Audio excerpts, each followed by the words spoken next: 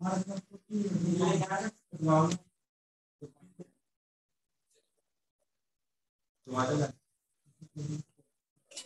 Morning sir.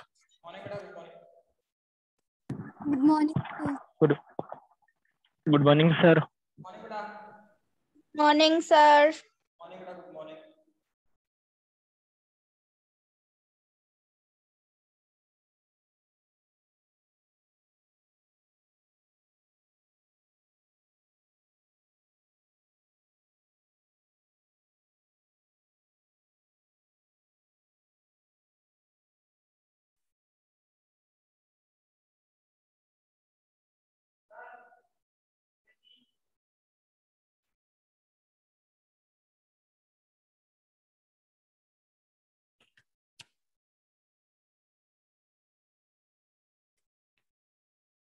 Screen को full करना था कैसे यहाँ कहाँ से करना होता है इसमें जाना पड़ेगा और रिमूव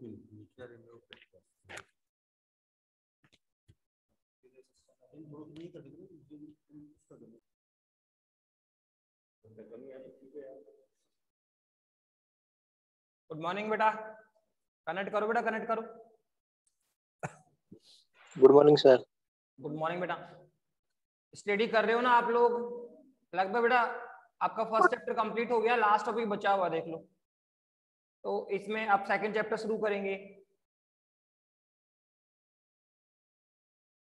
प्रॉपर नोट्स बना रहे हो क्या सब लोग?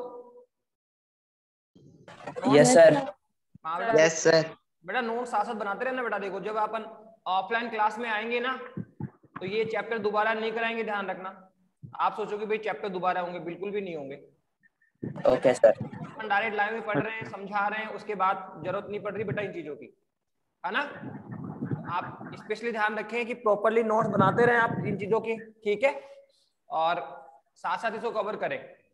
ऑफलाइन क्लासेज अगर शुरू होती है आने वाले संभावना है बेटा, तो फिर इन चैप्टर से आगे वाले चैप्टर कंटिन्यू करेंगे। चलिए सर। हाँ बेटा।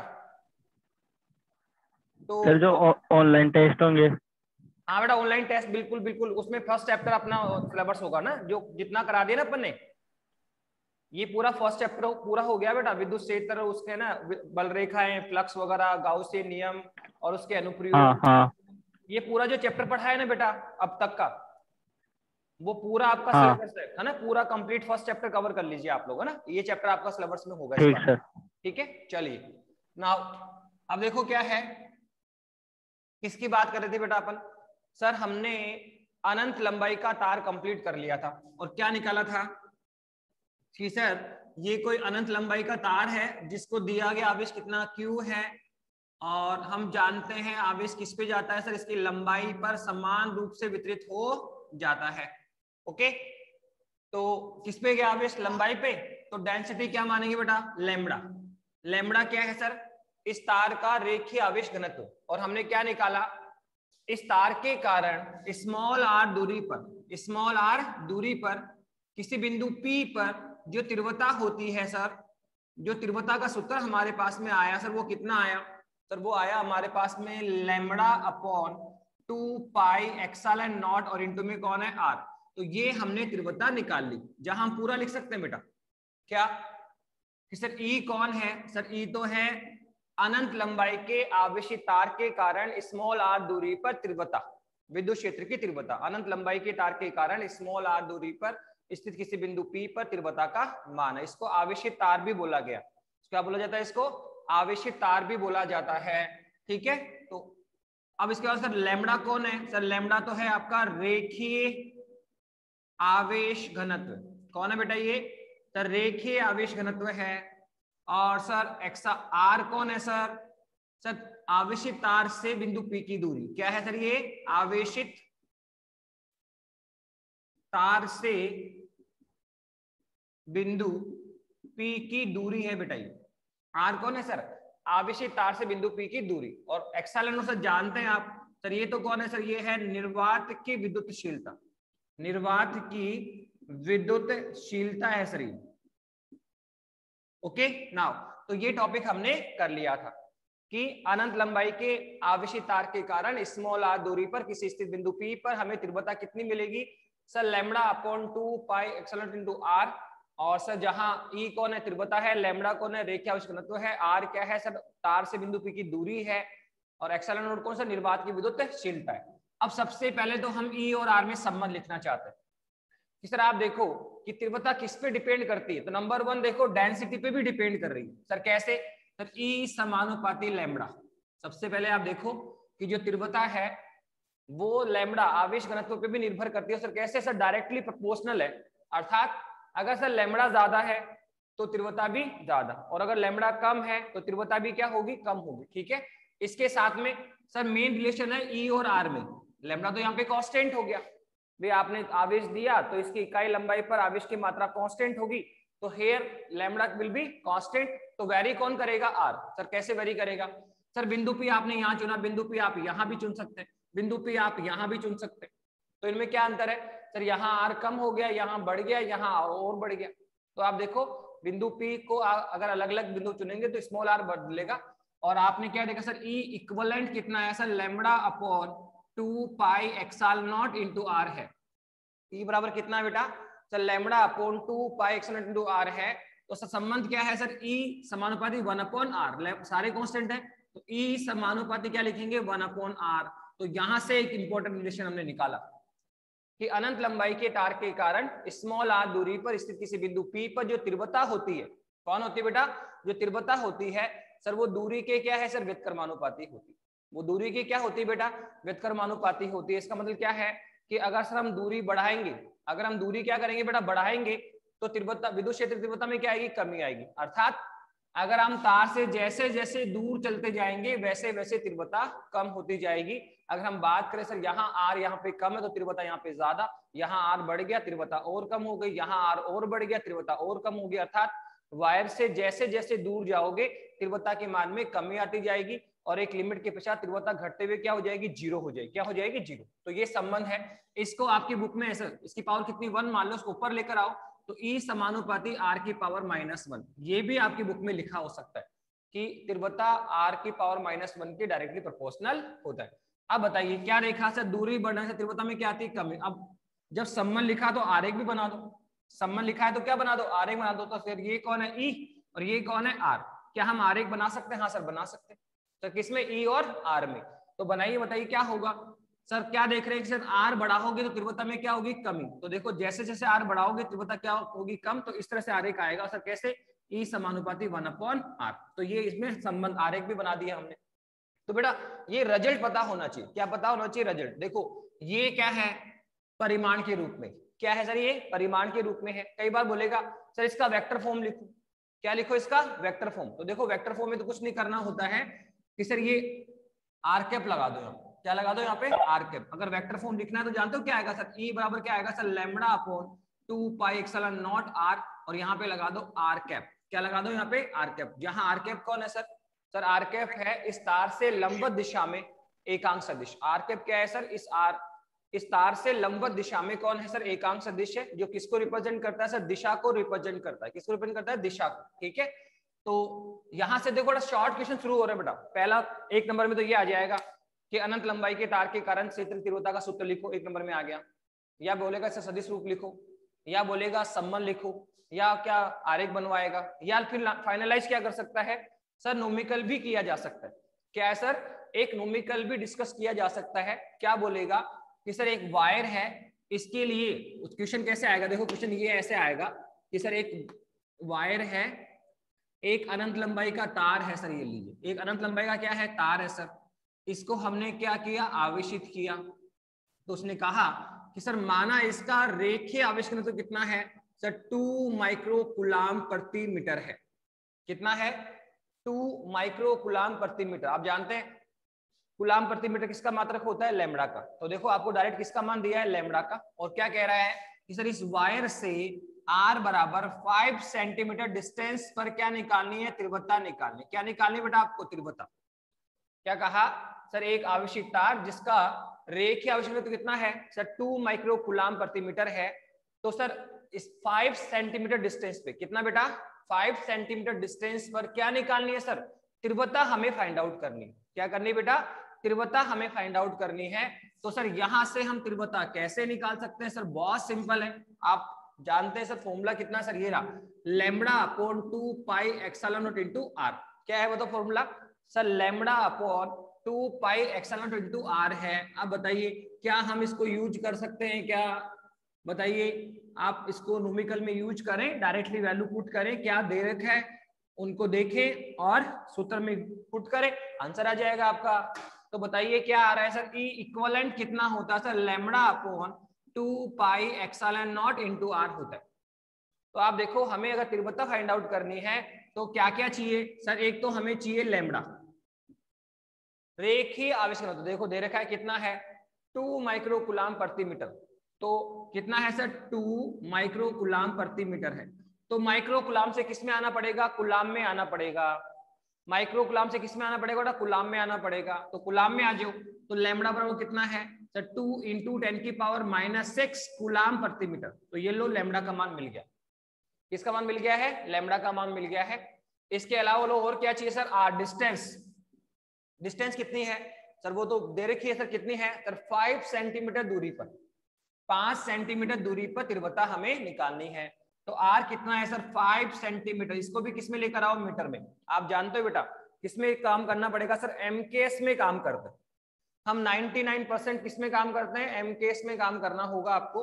तो सर यहाँ पे एमकेएस बनाओ तो कितना होगा सर, 100 का डिवाइड कर दो, इसमें 100 का डिवाइड करो तो कितना आने वाला है सर, सर ये आने वाला है 5 × 10⁻⁻2 मीटर।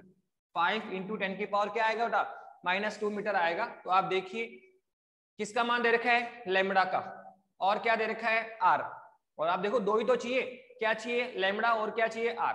क्यों सर, 2 दे रखा है, पाई सर कांस्टेंट है 22/7। एक्सेल नोट सर ये भी जानते हैं, एक्सेल नोट कितना होता है सर, एक्सेल नोट होता है 8.85 × 10⁻⁻12।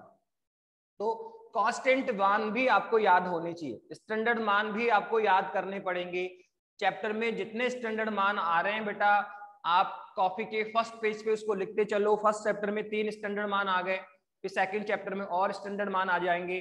तो जैसे जैसे हम आगे बढ़ते जाएंगे स्टैंडर्ड मान और आते चलते जाएंगे, नए स्टैंडर्ड मान मिलेंगे। तो उन सबको फर्स्ट पेज पे लिखते चलो बेटा, और आदत बना लो कि जब भी मुझे फिजिक्स पढ़ने बैठना है तो एक बार फर्स्ट पेज को रिवाइज करना ही करना है। उससे क्या बेनिफिट होगा कि अगर हम एवरीडे उसको रिवाइज करेंगे, देखेंगे, तो वो सारे स्टैंडर्ड मान हमें याद हो जाएंगे। स्टैंडर्ड मान अगर आपने याद कर लिए बेटा तो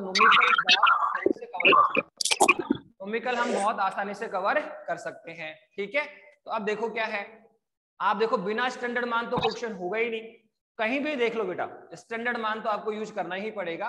तो एप्सिलॉन नॉट जानते हैं सर, लैम्बडा दे रखा है, आर दे रखा है, वैल्यू पुट करो कितना आएगा सर, ये रहा क्या है, लैम्बडा कितना है सर, ये रहा कितना है सर 2 × 10⁻⁻6 अपॉन में कौन है सर 2, पाई कितना होता है सर 22/7।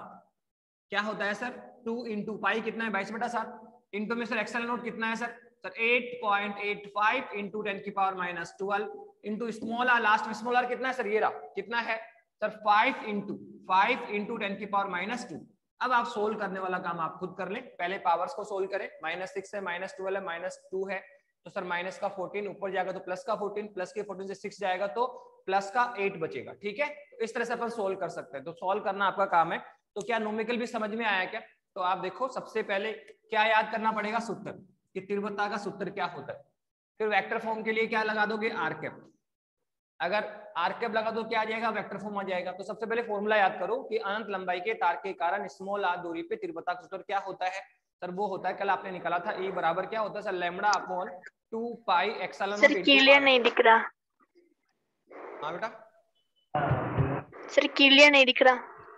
अच्छा बेटा मैं चेक करता हूँ बेटा एक बार। दिख रहा है सर। कितने बच्चों को दिक्कत आ रही है स्क्रीन क्लियर में? सर अब दिख रहा है। अब दिख रहा है क्या? चश्मा लगा लिया होगा तूने अब? हाँ सर। बस तो फिर पहले लगाना चाहिए चश्मा बेटा। तो आगे बढ़े, तो क्या कहा सर, हमने कहा कि सबसे पहले आप बेटा फॉर्मूला लर्न कर लो बेटा कि वायर के कारण स्मॉल आर दूरी पे इंटेंसिटी या तीव्रता कितनी होती है। तो कितनी होती है बेटा, lambda upon 2 pi x into r. फिर सर वेक्टर फॉर्म के लिए कुछ नहीं, आर कैप लगा दो। आर कैप ध्यान रखना लंबवत दिशा में होना चाहिए। कई बार आपको यहाँ एन कैप भी मिलेगा सर, एन कैप स्पेशल हो गया कि लंबवत दिशा में चलना है आपको। क्यों?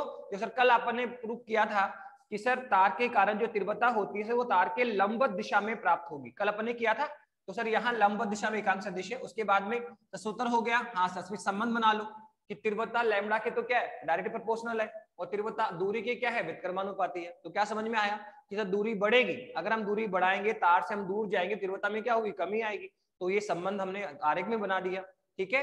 तो सूत्र याद कर लेंगे, संबंध बना लेंगे, ग्राफ बना लेंगे और नोमिकल भी कर लेंगे। क्या कर लेंगे बेटा, नोमिकल्स भी कर सकते हैं। यहाँ पे दिख रहा है कि सर एक वायर जिसका रेखा स्ट्रेंथ कितना है सर 2 माइक्रोकूलम प्रति मीटर है, सर उससे 5 सेंटीमीटर दूरी पे क्या निकालो, तीव्रता निकालो। तो नोमिकल्स भी हम कर सकते हैं। तो आप देख रहे हैं बेटा, इस तरह से आप केवल एक फॉर्मूला याद करके लास्ट में देखो बेटा, मैंने पहले बताया था बेटा ये जो काम होता है बेटा रिमेनिंग 50% फिजिक्स है।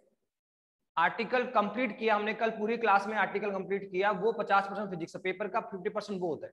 और रिमेनिंग 50% पेपर में जो आता है आप देखो 30 ऑब्जेक्टिव वो 31 मार्क्स के क्वेश्चन आएंगे, 13 नंबर के क्वेश्चन आते हैं, पैटर्न बताऊं मैं आपको। और शुरू के 13 क्वेश्चन 1 मार्क्स के आते हैं। उसके बाद में जो 2 नंबर क्वेश्चन आ रहे हैं बेटा, उसमें भी क्या है कि 2 नंबर को डिवाइड करता है, 1 नंबर 1 नंबर। 4 नंबर में क्वेश्चन आएगा, उसमें 3 नंबर और 1 नंबर। तो आप देखो अगर हम एवरेज बनाए ना तो पूरे पेपर में कम से कम 1-1 मार्क्स के 20 क्वेश्चन आ रहे हैं, कम से कम। आप देखो कम से कम हिस्ट्री तो 20, और उसके बाद में नोमिकल पोर्शन आ रहा है, 2 नंबर में आ रहा है, 3 नंबर में आ रहा है। तो एवरेज अगर पूरे चैप्टर का हम निकालें तो नोमिकल पोर्शन और शॉर्ट क्वेश्चन ये दोनों मिलकर कम से कम 50% एरिया पेपर का कवर होता है। और 50% केवल यहां से चल रहा है। देखो आप नोमिकल करना है तो क्या याद करना है, सूत्र याद करना है। सूत्र याद होते नोमिकल हो जाएंगे हमारे। तो सूत्र याद किया, नोमिकल हो गए, ठीक है।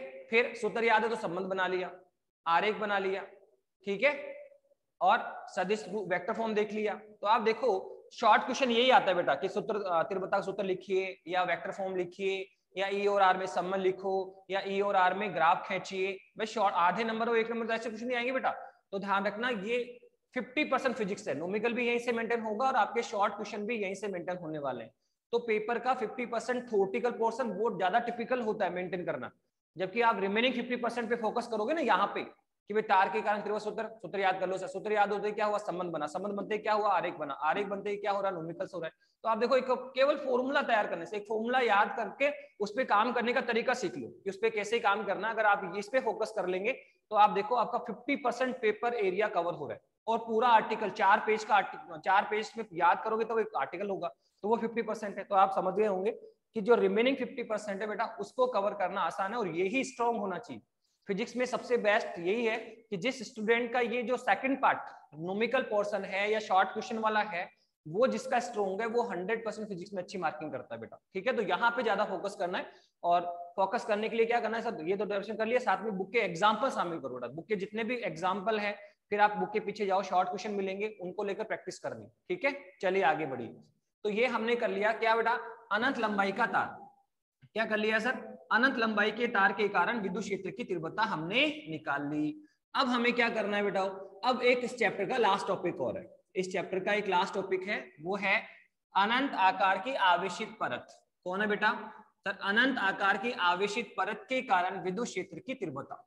और मैंने बोला था सर कि एक तो कौन है गोलीय कोश, एक कौन है चालक गोला, एक कौन है अचालक गोला, एक है कौन अनंत लंबाई का तार, और एक कौन है लास्ट में अनंत आकार की आवेशित परत। कितने आर्टिकल हुए, 5 में से 100% इक्वेशन आता है। इसमें एक डाइपोल और शामिल कर लो, द्विध्रुव के कारण अक्ष और निरक्ष पे तीव्रता। कितने टॉपिक हुए, 6।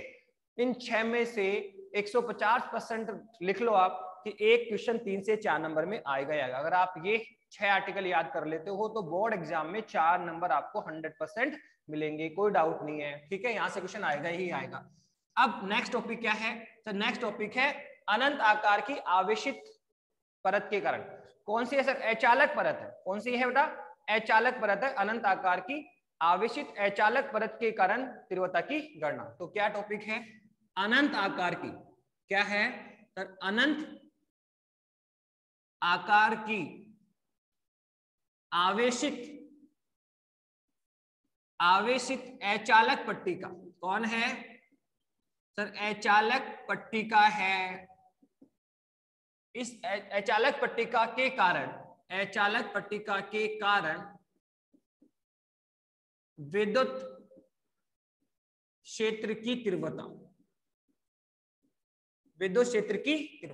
क्या कहा, सर अनंत आकार की आवेशित अचालक पट्टिका के कारण विद्युत क्षेत्र की तीव्रता।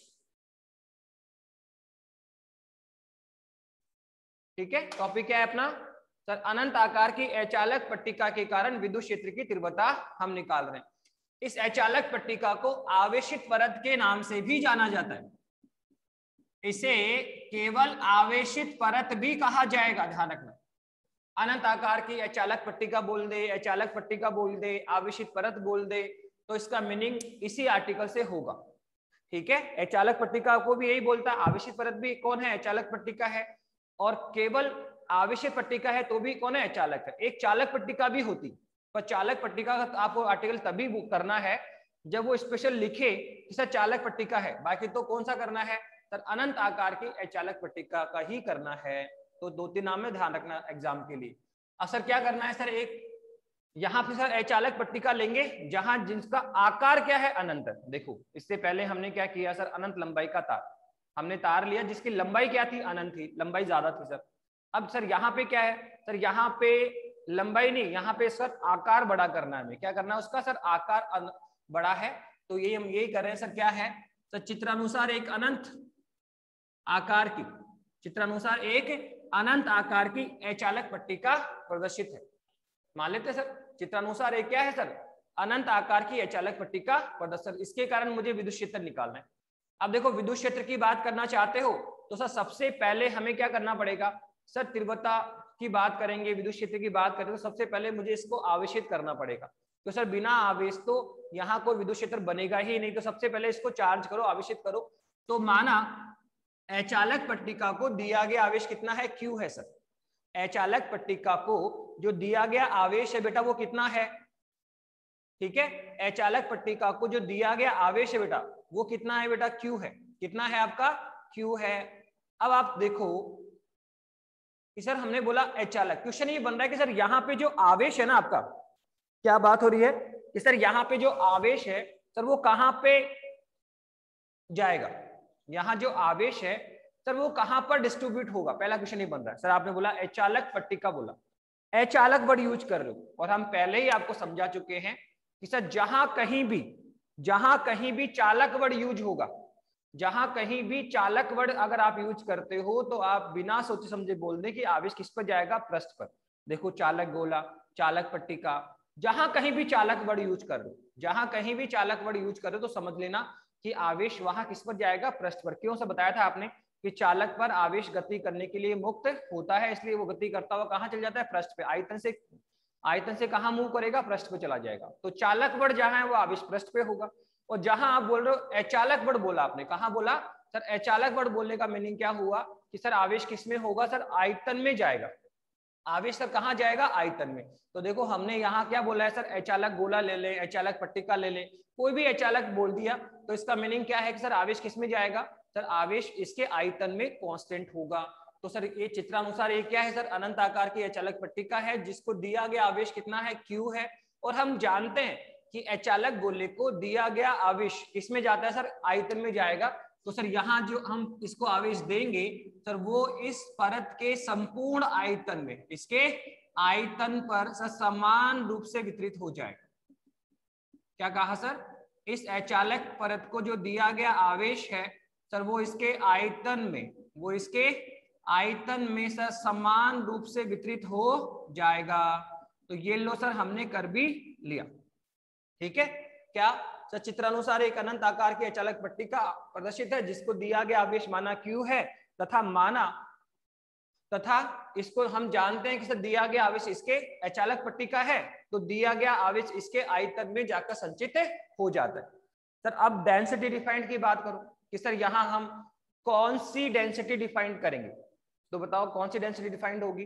सर बताया आपने, सर डेंसिटी कौन सी डिफाइंड करेंगे ये इस बात पे डिपेंड करता है कि जो आवेश है सर उसका डिस्ट्रीब्यूशन कैसे हुआ है। आवेश लंबाई पे गया है, आवेश पृष्ठ पे गया है, आवेश आयतन में गया है। अगर लंबाई पे है तो रेखीय, पृष्ठ पे है तो पृष्ठ आवेश घनत्व, और आयतन में है तो सर आयतन आवेश घनत्व। तो अंडरस्टूड है सर, यहाँ आवेश किसमें है, आयतन में है, तो सर हम यहाँ आयतन आवेश घनत्व डिफाइन करें। पर देखो थोड़ा सा यहाँ पे चेंज है, माना हम ये कह रहे हैं सर ये अचालक पट्टिका है साथ में आपने कहा सर अचालक है तो आवेश आयतन में जाएगा, आयतन में ही गया, लेकिन एक्चुअल में यहाँ एक वर्ड यूज करता है, क्या है सर, उसने यूज किया कि सर परत तो है, पर कौन सी है ये, पतली आवेशित परत है। क्या है सर, पतली आवेशित परत है। परत क्यों बोला, परत कौन होता है, लेयर, बहुत पतली लेयर, ठीक है। लेयर किसको बोलते हैं, जो बहुत, जिसकी थिकनेस बहुत कम होती है। तो उसने बोला सर ये जो परत है, ये जो अचालक शीट है बहुत ज्यादा पतली, इसकी लंबाई चौड़ाई तो बहुत ज्यादा है, इसका एरिया तो बहुत ज्यादा, पर इसकी जो थिकनेस है, जो इसकी थिकनेस है सर वो क्या है, बहुत कम है। तो जैसे हमने कहा कि सर ये हमने बुक ले ली, तो देखो सर अगर हम इस बुक की बात करेंगे तो सर इसमें लंबाई भी है, इसमें चौड़ाई भी है सर, इसमें मोटाई भी, इसमें आयतन भी है सर।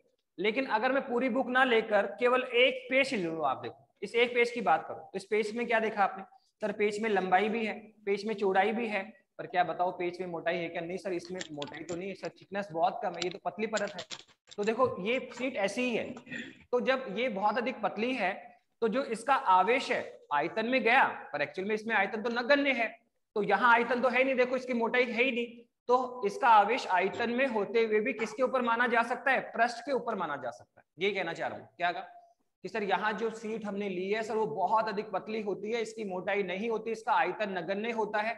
इसकी देखो पूरी बुक लोगे ना तो देखो मोटाई दिख रही है, इसका आयतन दिख रहा है। लेकिन अगर हम पूरी बुक ना लेकर केवल एक शीट ले लें तो इस शीट में देखो लंबाई है, चौड़ाई है, क्षेत्रफल तो है, पर क्या है सर इसका आयतन है, सर नहीं आयतन तो नहीं है सर, आयतन नगण्य है। तो इस यहाँ पर जो हम चार्ज देंगे वो इसके आयतन में ही जाएगा, लेकिन यहाँ इसका आयतन नगण्य होने के कारण आवेश किस पे माना गया सर, पृष्ठ पर संचित माना जाएगा। किस पे माना जाएगा बेटा, तब पृष्ठ पे संचित माना जाता है। और आप देखो अगर पृष्ठ पर संचित माना गया है, किसमें माना गया है, अगर सर पृष्ठ पर संचित माना गया है तो सर फिर हम कौन सी डेंसिटी डिफाइन करेंगे सर, सिग्मा, पृष्ठ आवेश घनत्व तो डिफाइन करना पड़ेगा। तो यहाँ थोड़ा ध्यान रखना कि सर हमने अभी तक यही सीखा है कि सर आवेश आयतन में जाता है तो आयतन आवेश घनत्व डिफाइन करते हैं, पृष्ठ पे जाता है तो पृष्ठ आवेश घनत्व डिफाइन करते हैं। लेकिन सर आपने यहाँ पे गया आवेश आयतन में और माना क्या सिग्मा, क्यों, क्योंकि सर यहाँ ये शीट बहुत अधिक पतली है, इसका आयतन नगण्य होता है, आवेश आयतन में होते हुए भी किस पे माना गया, पृष्ठ पर माना जा सकता है। और पृष्ठ में मानेंगे तो फिर कौन सी डेंसिटी आएगी सर, सिग्मा आएगी। तो अब समझ में आया, आर्टिकल क्लियर है क्या सर। चित्रानुसार एक अनंत आकार की अचालक पट्टिका प्रदर्शित है, क्या कहा सर, चित्रानुसार एक अनंत आकार की अचालक पट्टिका प्रदर्शित है, जिसको दिया गया आवेश माना कितना है, Q है, जिसको दिया गया आवेश माना Q है, तथा हम जानते हैं कि अचालक पट्टिका को दिया गया आवेश उसके आयतन में समान रूप से वितरित हो जाता है। लेकिन यहाँ अचालक पट्टिका का आयतन नगण्य होने के कारण आवेश को पृष्ठ पर ही संचित माना गया, इसलिए माना अचालक पट्टिका का जो पृष्ठ आवेश घनत्व है, अचालक पट्टिका का जो पृष्ठ आवेश घनत्व है वो कितना है बेटा, सिग्मा है, वो कितना है बेटा, सिग्मा है। ओके, तो यहाँ तक क्लियर है। अब क्या करना है सर अब हमें वही आर्टिकल है, क्या सर, इस अचालक पट्टिका के कारण स्मॉल r दूरी पर ये कोई बिंदु P स्थित है, इस अचालक पट्टिका के कारण स्मॉल r दूरी पर ये कोई बिंदु P स्थित है सर, इस पर हमें तीव्रता की गणना करनी है। तो सर बताया था आपने कि सर तीव्रता तो वेक्टर फॉर्म है सर, इसमें दिशा भी होगी प्लस इसमें परिमाण भी होगा। सर इसमें दिशा भी है और क्या है, परिमाण भी है। तो सर बताया था कि सर जो लास्ट के दो आर्टिकल है, एक तो परत और एक कौन है, तार, सर इनमें हमें दिशा का निर्धारण भी करना पड़ा। उसके पहले गोलीय को चालक गोला, अचालक गोला, सर उसमें हमें दिशा निर्धारण नहीं करना पड़ा, क्योंकि हम जानते हैं दिशा वहां पे क्या है सर, पृष्ठ के लंबवत तृतीय दिशा में होती है। लेकिन यहाँ हमें पहले दिशा निकालनी पड़ेगी, फिर इसका परिमाण निकालेंगे। तो जो टॉपिक है सर दो भागों में बटा हुआ है, पहले दिशा का निर्धारण होगा और फिर बाद में क्या निकलेगा, परिमाण। तो सबसे पहले हम क्या कर रहे हैं सर, दिशा का निर्धारण कर, क्या कर रहे हैं सर, पहला जो टॉपिक है ए, इसका जो पहला भाग है सर वो है क्या सर, दिशा का निर्धारण करेंगे, दिशा निकालेंगे। तो सर मान लेते हैं कि माना इस अचालक पट्टिका के कारण स्मॉल r दूरी पर ये कोई बिंदु P स्थित है, जिस पर हमें तीव्रता की दिशा का निर्धारण करना है। क्या करना है बेटा सर, तीव्रता की दिशा का निर्धारण करना है। सर उसके लिए क्या करेंगे सर, वही आपने जैसे वायर में जो काम किया था, क्या करेंगे सर, बिंदु P से लंब ट्रेस करो। सर ये बिंदु आ गया, अब इस बिंदु A के दोनों ओर जाना है, इस बिंदु A के दोनों ओर सर समान दूरी पर जाना है। कहां पे जाना है सर, समान दूरी पर जाना है, समान दूरी पर जाओ और यहाँ पे भी दो अल्पांशों का चुनाव करो।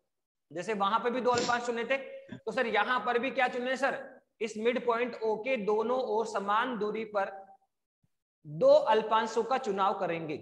अब बताओ यहाँ जो अल्पांश है तो किस फॉर्म में होंगे, तो देखो जो वायर था ना आपका सर, वायर में तो क्या अल्पांश कैसा था sir, del L1 del L2, यही था क्या। तो सर यहाँ जो आवेश था सर, यहाँ जो अल्पांश था सर वो क्या था, लंबाई के रूप में था।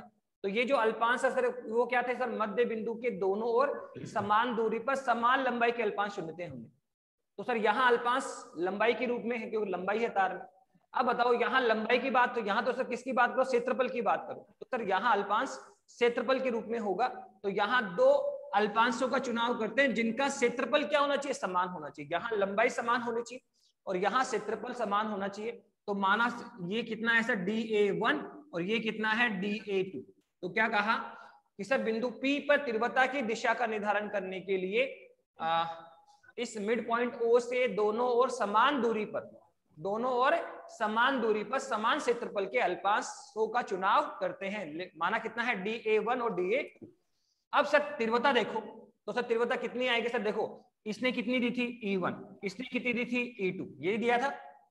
तो ऐसे हम मानेंगे कि माना डेल A1 ने क्या था सर, माना ये जो डेल A1 है इसके कारण इस बिंदु पे तीव्रता आएगी। क्यों सर, आप देखो क्या इस एरिया पर आवेश होगा क्या, हाँ सर होगा आवेश 100%।